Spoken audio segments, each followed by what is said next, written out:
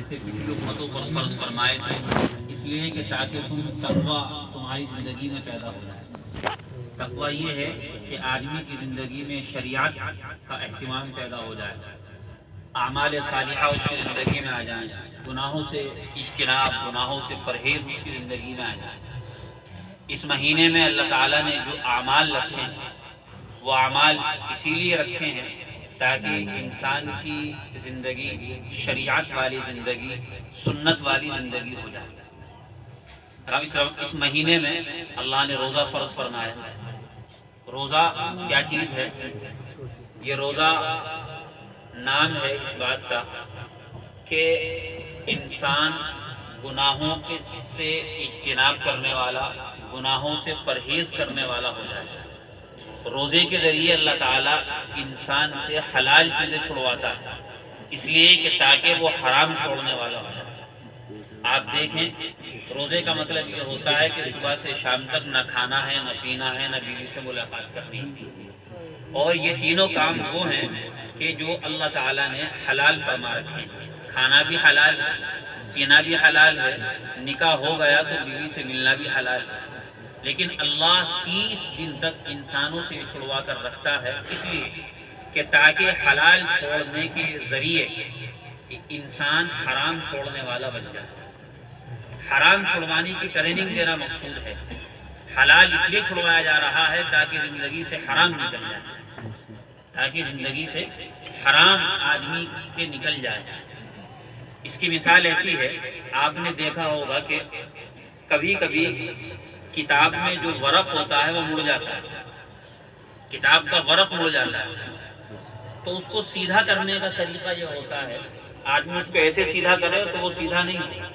اس کے سیدھا کرنے کا طریقہ یہ ہوتا ہے کہ اسے الٹا موڑ دیا جائے۔ آپ اسے ایک دفعہ الٹا موڑ دیں گے پھر وہ بالکل سیدھا ہو جائے گا۔ جب تک اسے ایک دفعہ الٹا نہیں موڑا جائے گا وہ سیدھا نہیں ہوگا۔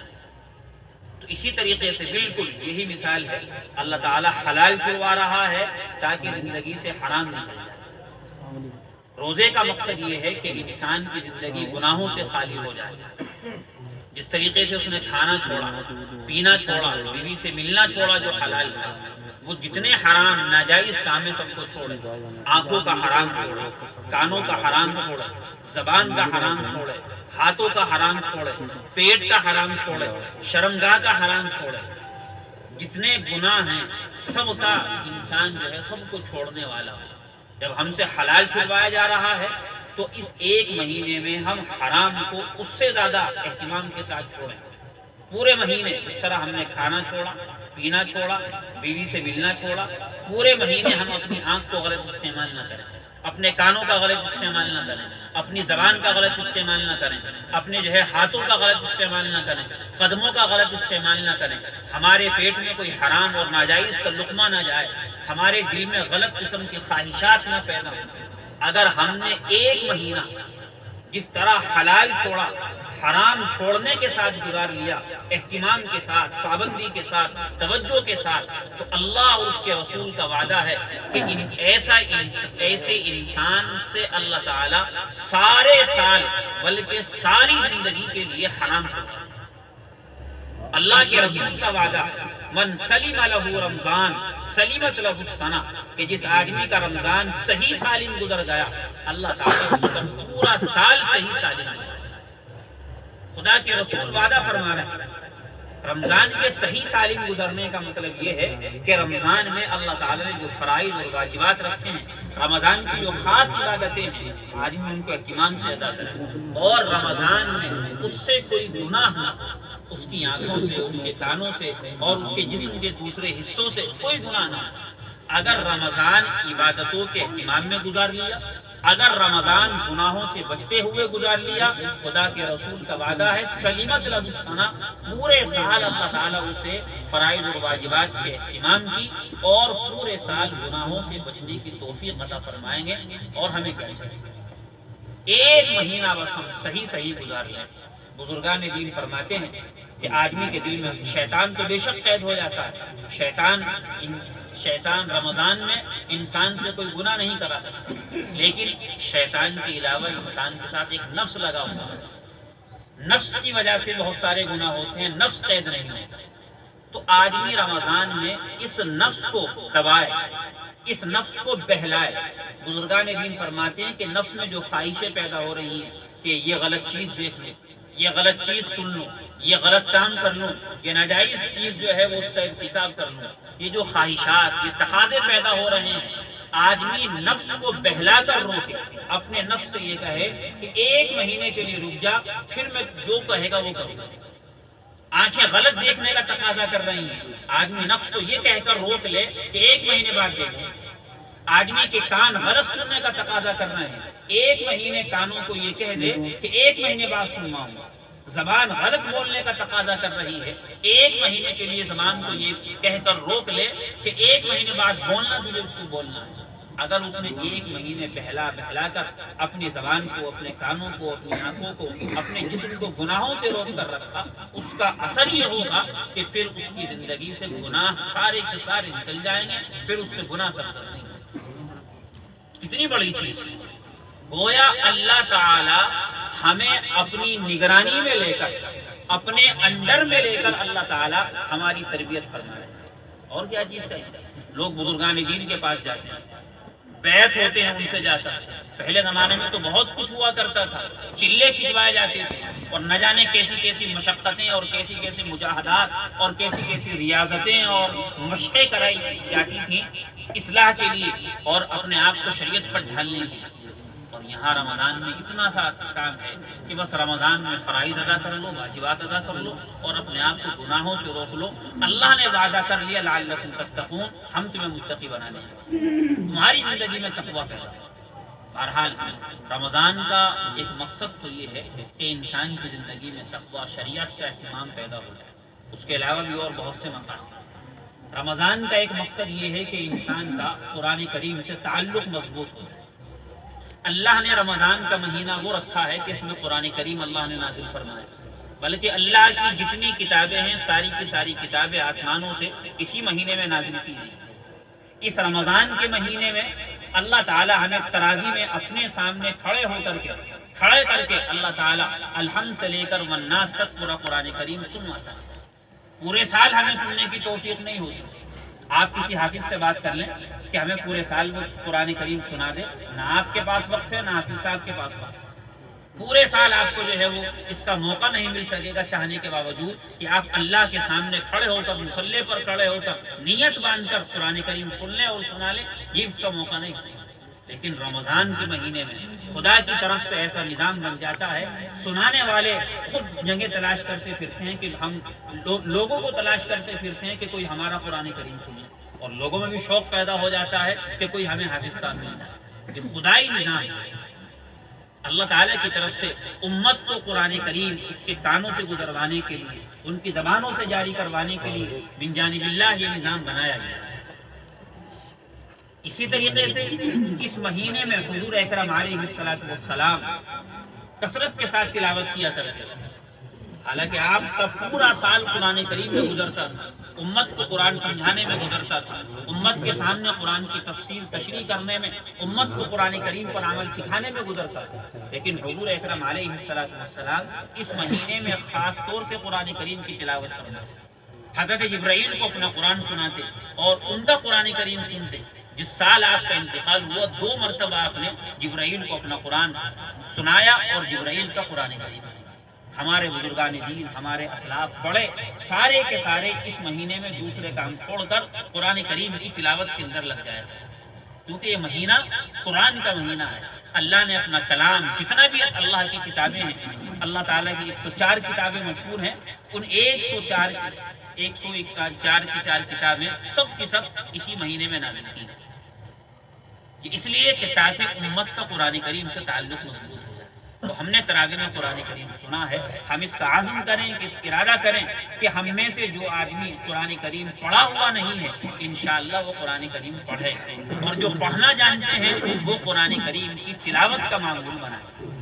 ایک زمانہ امت کا وہ تھا کہ امت کے محلوں کی پہچان ہی یہ تھی کہ صبح کو گھر گھر سے قرآن کریم کی تلاوت کی آوازیں آتی تھیں۔ جس محلے سے صبح کو تلاوت کی آوازیں آ رہی ہیں وہ مسلمانوں کا محلہ سمجھا جاتا تھا، اور جس محلے میں صبح کو سناٹا چھایا ہوا ہو وہ غیر مسلموں کا محلہ سمجھا جاتا تھا۔ مسلمانوں کا معمول یہ تھا کہ جب تک صبح کو قرآن کریم کی تلاوت نہ کر لیں مسلمانوں کے مرد کام پر نہیں جاتے، جب تک مسلمانوں کی عورتیں تلاوت نہ کر لیں گھر کے کاموں کے اندر نہیں لگتی۔ آج یہ ہمارا معمول ختم ہو چکا ہے۔ اس لیے جو پڑھنا جانتے ہیں وہ تلاوت کا معمول بنائیں، جو پڑھنا نہیں جانتے وہ سیکھنے کا عزم کریں کہ انشاءاللہ قرآن کریم سیکھیں گے۔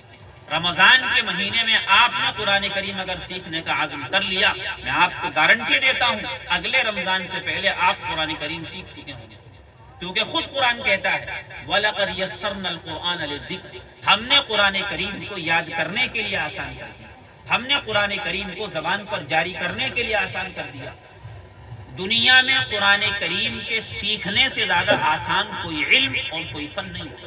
آپ دیکھیے ذرا سا بچہ قرآن کریم حفظ کر لیتا ہے، ذرا سا بچہ جو ہے مصلی پر کھڑے ہو کر قرآن کریم سنا دیتا ہے، ذرا سا بچہ ایک بیٹھک میں 30 پارے قرآن کریم کے سنا دیتا ہے اور مکمل کر دیتا ہے۔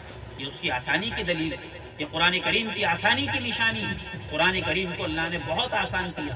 آپ کو دنیا میں کسی کتاب کا حافظ نہیں ملے لیکن قرآن کریم کے حفاظ قدم قدم پر موجود ہیں، کیونکہ قرآن کریم اللہ نے آسان کیا۔ اس لیے ہر آدمی ارادہ کرے کہ انشاءاللہ قرآن کریم سیکھے گا، چھوٹے بھی سیکھیں گے بڑے بھی سیکھیں گے۔ بڑے سوچتے ہیں ہم کیسے قرآن کریم سیکھیں گے؟ اکثر صحابہ وہ ہیں کہ جنہوں نے بڑی عمر میں قرآن کریم سیکھا، بڑی عمر میں اللہ جو ہے وہ ایمان لائے اور پھر انہوں نے قرآن کریم سیکھا۔ تو ہمیں کون سی رکاوٹ ہو رہی ہے؟ ہمیں کون سی اس میں شرم محسوس ہو رہی ہے کہ ہم قرآن کریم نہ سیکھیں؟ یاد رکھیے گا اس وقت ہمیں احساس ہو یا نہ ہو، لیکن جیسے ہی ہماری آنکھ بند ہوگی ہمیں احساس ہوگا کہ دنیا میں اس سے زیادہ بدنصیب اور محروم کوئی آدمی نہیں کہ جس نے قرآن کریم پڑھنا نہ سیکھا۔ سب سے بڑا بدنصیب، سب سے زیادہ محروم آدمی اور سب سے بدقسمت انسان وہ ہے کہ جسے قرآن کریم پڑھنا نہیں آتا۔ ہم سمجھتے ہیں کہ جس کے پاس پیسہ نہیں، جس کے پاس مکان نہیں اور جس کے پاس کاروبار نہیں، جس کے پاس کارخانہ نہیں، وہ آدمی محروم ہے۔ محروم وہ نہیں ہے، محروم وہ ہے کہ جسے قرآن کریم پڑھنا نہیں آتا۔ اس لیے کہ جیسے دنیا میں تمام کام پیسے سے ہوتے ہیں، جس کے پاس جتنا پیسہ ہے اسے اتنی سہولتیں حاصل، اسے اتنا آرام حاصل، اور وہ جو ہے دنیا میں اتنا زیادہ جو ہے وہ چلتا پھرتا ہے اور اس کے کام بنتے ہیں۔ آخرت میں سارا کا سارا نظام پیسوں کی جگہ نیکیوں سے ہوگا۔ جس کے پاس جتنی زیادہ نیکیاں ہوں گی وہ اتنا زیادہ جنت کے درجات حاصل کرے گا، وہ اتنا زیادہ اللہ تعالیٰ کی خوشی حاصل کر سکے گا، اسے جنت کے مقامات حاصل ہوں گے۔ اور نیکیاں حاصل کرنے کا سب سے آسان، سب سے تیز طریقہ یہ ہے کہ آدمی کو قرآن کریم پڑھنا آتا ہو اور وہ قرآن کریم پڑھتا ہو۔ قرآن کریم کا ایک لفظ آپ پڑھیں اللہ کی طرف سے 10 نیکیاں ملیں گی، 2 لفظ پڑھیں 20 نیکیاں ملیں گی، 3 لفظ پڑھیں 30 نیکیاں ملیں گی۔ میں آپ سے پوچھتا ہوں کہ اگر کسی آدمی سے یوں کہا جائے، کسی بچے سے یوں کہا جائے کہ قرآن کریم کا ایک لفظ پڑھو 10 روپے ملیں گے، اب وہ رات دن کا معمول یہ بنا لے کہ قرآن کریم پڑھتا ہے اور 10 روپے حاصل کرتا رہتا ہے ہر لفظ کے پڑھنے پر، آپ مجھے بتلائیے کہ محلے میں اور شہر میں اس سے بڑا مالدار کوئی ہو جو ایک لفظ پڑھنے پر 10 روپے کما رہا ہے اور اس نے اپنا معمول یہی بنا لیا، قرآن پڑھتا ہے پیسے کماتا ہے، قرآن پڑھتا ہے پیسے لیتا ہے۔ تو جس طریقے سے اس سے بڑا مالدار کوئی نہیں کہ جسے ایک لفظ پڑھنے پر 10 روپے مل رہے ہوں، ایسے ہی آخرت میں نیکیوں کے اعتبار سے اس سے زیادہ دولت مند کوئی نہیں ہوگا کہ جو دنیا میں قرآن کریم کی تلاوت کا معمول ہے۔ اس لیے ہمارے جتنے بھی بزرگ ہیں، جتنے بھی اکابر ہیں، جتنے بھی اللہ والے ہیں، آپ ان کی زندگی میں غور کریں، وہ سب سے زیادہ قرآن کریم کی تلاوت کرنے والے ہیں۔ ان کا مشغلہ، ان کا اوڑھنا بچھونا یہی ہوتا ہے کہ بس وہ قرآن کریم پڑھتے ہیں، قرآن کریم میں غور کرتے رہتے ہیں، کیونکہ قرآن کریم ہی وہ چیز ہے کہ سب سے تیز، سب سے آسان طریقے سے اللہ تعالیٰ کے یہاں اسی سے درجہ حاصل ہو سکتا ہے۔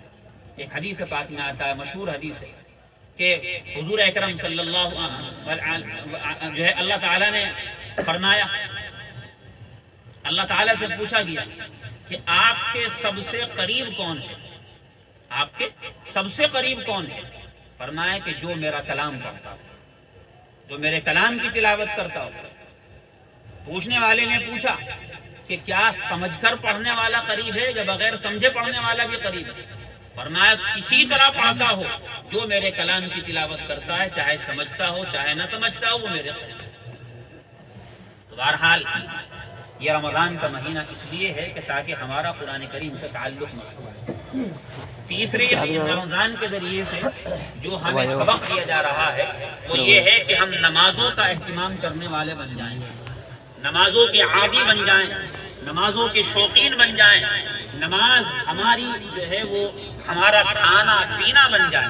اس طرح ہم کھانا پینا ضروری سمجھتے ہیں، نماز ہماری زندگی میں ایسی پیدا ہو۔ آپ غور کریے، صبح سے شام تک جتنے فرض ہیں اور واجب نمازیں ہیں ان کی تعداد 20 ہے۔ صبح سے شام تک جتنی سنت نمازیں ہیں، مؤکدہ ہوں یا غیر مؤکدہ، ان کی تعداد بھی 20 ہے۔ فرض اور واجب بھی 20 اور سنتیں بھی 20۔ اسی حساب سے اللہ تعالیٰ نے رمضان میں تراویح کی رکعتیں 20 رکھی ہیں۔ نماز فرضوں سے بھی ڈبل کر دی، نماز سنتوں سے بھی ڈبل کر دی۔ تو جو نماز ڈبل کر دی گئی اور پھر اس ڈبل نماز میں 20 رکعت میں اللہ تعالیٰ ہم سے پورا قرآن کریم سنواتا ہے، ہم پورا قرآن کریم جو ہے وہ سنتے ہیں۔ تو جو نماز ڈبل کر دی گئی ہے اس کا مقصد یہی ہے کہ انسان رمضان کے بعد بھی جو ہے نماز پڑھنے والا وہ نماز کا عادی بن جائے، نماز کا شوقین بن جائے۔ ایک مہینے تک جب وہ لگاتار ڈبل نماز پڑھے گا اور لمبی نماز پڑھے گا، رکعتیں بھی ڈبل ہیں اور پھر ان میں جو قرآن کریم پڑھا جاتا ہے وہ بھی ڈبل ہے، جب ایک مہینے تک وہ اس کی جو ہے پریکٹس کرے گا اور مسلسل ایک مہینے اس طریقے سے نماز پڑھتا رہے گا تو اس کی زندگی میں جو ہے نماز آ جائے گی، وہ نماز کا عادی بن جائے گا، وہ نماز کا شوقین بن جائے گا۔ تو تراویح کا مقصد ایک یہ بھی ہے کہ ہم نماز کے عادی ہوں، ہم نماز کے شوقین ہوں۔ جو آدمی نماز پڑھتا ہے وہ اللہ کی نگرانی میں رہتا ہے، اور جو آدمی نماز نہیں پڑھتا، فرضوں کو ضائع کرتا ہے، اللہ تعالیٰ کی طرف سے اس کی نگرانی اٹھا لی جاتی ہے۔ پھر وہ آدمی کیسے دنیا کے اندر رہتا ہے، کیسی اس پر آفتیں آتی ہیں، کیسی اس پر پریشانیاں آتی ہیں، کس طرح کی بلاؤں میں وہ گرفتار ہوتا ہے، اللہ کو اس انسان کی کوئی پرواہ نہیں۔ اللہ کو جن انسانوں کی پرواہ ہے وہ ہیں کہ جو اس کے سامنے سجدے کرتے ہیں، وہ جو اس کی فرض کی ہوئی نمازوں کو ادا کرتے ہیں۔ اللہ کو نمازی لوگوں کی پرواہ ہوتی ہے، بے نمازیوں کی اللہ کو کوئی پرواہ نہیں۔ یہ جو حالات ہیں، یہ جو آفتیں ہیں، آج اسی وجہ سے ہیں کہ ہماری زندگی میں نماز نہیں۔ اہم ترین سب سے پہلا فریضہ اسلام کا نماز ہے، اور وہی نماز ہماری زندگی کے اندر نہیں۔ آپ ذرا محلوں کا جائزہ لے کر دیکھ لیں کہ کیسی نماز پڑھنے والے ہیں۔ کتنے لوگ ہیں کہ جو پابندی کے ساتھ 5 وقت کی نماز پڑھتے ہیں آپ کے محلے میں؟ کتنے لوگ ہیں کہ جو پابندی کے ساتھ 5 وقت کی نمازیں جماعت کے ساتھ پڑھتے ہیں؟ کتنے ہیں کہ جو 5 وقت کی نماز تکبیر اولیٰ کے ساتھ پڑھتے ہیں؟ ذرا جائزہ لے کر دیکھ لیجئے، ایسے لوگ آپ کو گنتی پہ جو ہے انگلیوں پر نظر آتے ہیں۔ جو نماز اہم ترین فریضہ، اسلام کا پہلا فرض، جس کو حضور اکرم علیہ السلام نے اسلام اور کفر کے درمیان کہ جو نمازی ہے وہ مسلمان، جو نمازی نہیں وہ اپنے آپ کو مسلمان نہ سمجھے، جس نماز کا حال یہ ہے تو ہم اس کو چھوڑے ہوئے ہیں، ہمارے اوپر آفتیں نہیں آئیں گی، ہمارے اوپر مصیبتیں نہیں آئیں گی۔ کہ جو اس وقت آفت سارے عالم میں پھیلی ہوئی ہے دراصل ہماری بدعمالیوں کا نتیجہ ہے اور کچھ نہیں۔ تمام ڈاکٹروں نے، تمام سائنسدانوں نے اور تمام تحقیق کرنے والوں نے ہاتھ کھڑے کر رکھے ہیں، کچھ سمجھ میں نہیں آ رہا ہے کہ کیا ہے۔ ہم اسے وبا کہیں، ہم اسے سازش کہیں، ہم اسے جو چاہیں نام دے لیں، یہ اللہ کی طرف سے ہمارے اوپر عذاب ہے، ہماری بدعمالیوں کا نتیجہ ہے۔ ہونا تو یہ چاہیے تھا کہ ہم بدعمالیوں سے توبہ کرتے، اپنی زندگیوں کا جائزہ لیتے اور اپنے آپ کو درست کرتے، لیکن ہمارا یہ سارا کا سارا جو وقت ہے فضولیات میں گزر رہا ہے، لوگوں کو برا بھلا کہنے میں گزر رہا ہے، حکومتوں کو برا بھلا کہنے میں گزر رہا ہے۔ کوئی اپنے اعمال کا جائزہ لینے کو تیار نہیں، کوئی اپنے گریبان میں جھانکنے کو تیار نہیں، کوئی اپنی زندگی کو درست کرنے کو تیار نہیں۔ حالات خراب ہیں، کتنے ہیں کہ جنہوں نے صلاۃ التوبہ کا اہتمام شروع کیا کہ روزانہ توبہ کریں گے اللہ تعالیٰ سے۔ حالات خراب ہیں، کتنے ہیں کہ انہوں نے اللہ کے سامنے رونا گڑ گڑانا شروع کیا ہو۔ کتنے گھر ہیں کہ وہاں اللہ تعالیٰ سے معافی مانگی جا رہی ہو۔ پہلے مسلمانوں کا حال یہ تھا، آفت آیا کرتی تھی، گھر گھر میں آیت کریمہ کا ورد ہوتا، لا الہ الا انت سبحانک انی کنت من الظالمین۔ اے اللہ، آپ کے سوا کوئی معبود نہیں، آپ کی ذات بے عیب ہے، ہم ہی ظلم کرنے والے ہیں، ہم ہی جو ہے وہ نافرمانی کرنے والے ہیں۔ گھر گھر میں اس کا ورد ہوا کرتا تھا، مگر آج دیکھیے کہیں بھی کچھ بھی نہیں۔ لاک ڈاؤن لگ رہا ہے، دکان بند ہے، وقت فارغ ہے ہمارا، اس فارغ وقت کو نماز میں لگاتے، اس فارغ وقت کو توبہ میں لگاتے، اس فارغ وقت کو جو ہے اللہ کے سامنے رونے میں لگاتے. ہمارا وہ فارغ وقت چوراہوں پر گزر رہا ہے، فٹ پاتھ پر بیٹھ کر گزر رہا ہے، فضول کام کرنے میں گزر رہا ہے، موبائلوں میں گزر رہا ہے، لوڈو کھیلنے میں گزر رہا ہے، حکومتوں کو گالیاں دینے میں گزر رہا ہے، جو ہے انتظامیہ کو برا بھلا کہنے میں گزر رہا ہے. وہ فارغ وقت ہے، ہم اللہ کے سامنے بیٹھ جاتے، اللہ کے سامنے روتے. اس کی برکت سے اللہ تعالیٰ ان حالات کو بھی درست فرماتا. یاد رکھیے اللہ نے وعدہ فرمایا ہے، صاف اعلان ہے اللہ تعالیٰ کا، ان اللہ لا یغیر ما بقوم حتی یغیروا ما بانفسہم. جب تک لوگ اپنے آپ کو نہیں بدلیں گے اللہ حالات نہیں بدلیں گے. اللہ نے صاف اعلان کیا، جس دن ہم اپنے آپ کو بدل لیں گے اللہ حالات بدل لے گا. جب تک ہم اپنے آپ کو نہیں بدلیں گے حالات نہیں بدلیں گے. اس لیے اللہ سے توبہ کریں، استغفار کریں. اس رمضان المبارک کے مہینے میں خاص طور سے مغفرت کا عشرہ چل رہا ہے، اسی کام کے لیے اللہ کی طرف سے روزانہ فرشتہ مقرر ہے، اعلان کر رہا ہے، الا من مستغفر فاغفر له. ہے کوئی مغفرت چاہنے والا میں اس کی مغفرت کروں. الا من مسترزق فارزقه. ہے کوئی بے روزگار میں اسے روزگار دوں. الا مبتلا فوعافی. ہے کوئی مصیبت زدہ پریشان حال ضرورت مند، ہم اس کی پریشانی کو دور کریں، ہم اس کی بیماری کو دور کریں، ہم اس کی ضرورت کو پورا کریں. خدا کی طرف سے فرشتہ اعلان کر رہا ہے اور فرشتہ پکار رہا ہے، مگر امت ہے کہ سو رہی ہے. اس کے پاس وقت نہیں، اس کو توجہ نہیں، اس کو دھیان نہیں کہ وہ اللہ کے سامنے روئے گڑ گڑائے، اللہ سے اپنے گناہوں کی معافی مانگے. اگر حالات نہیں آئیں گے تو پھر اور کیا ہوگا. اس لیے دوستو اور ساتھیوں، ہم یہ سبق لیں کہ انشاءاللہ اس ماہ مبارک میں اللہ تعالیٰ سے توبہ بھی کریں گے، استغفار بھی کریں گے، اور اللہ تعالیٰ نے جس مقصد کے لیے ماہ مبارک رکھا ہے اس مقصد کو حاصل کرنے کی کوشش کریں گے. اپنے آپ کو نمازوں کا عادی بنائیں گے، جماعت کے ساتھ نماز پڑھیں گے، تکبیر اولیٰ کا اہتمام کریں گے، اور اپنا قرآن کریم سے تعلق مضبوط کریں گے. بڑے ہوں یا چھوٹے ہوں، جو پڑھنا جانتے ہیں وہ تلاوت کا معمول بنائیں گے، جو پڑھنا نہیں جانتے وہ انشاءاللہ قرآن کریم سیکھیں گے، اور دنیا سے بغیر قرآن کریم سیکھے نہیں جائیں گے. اللہ تعالی ہم سب کو اس کی توفیق عطا فرمائے. واخر دعوانا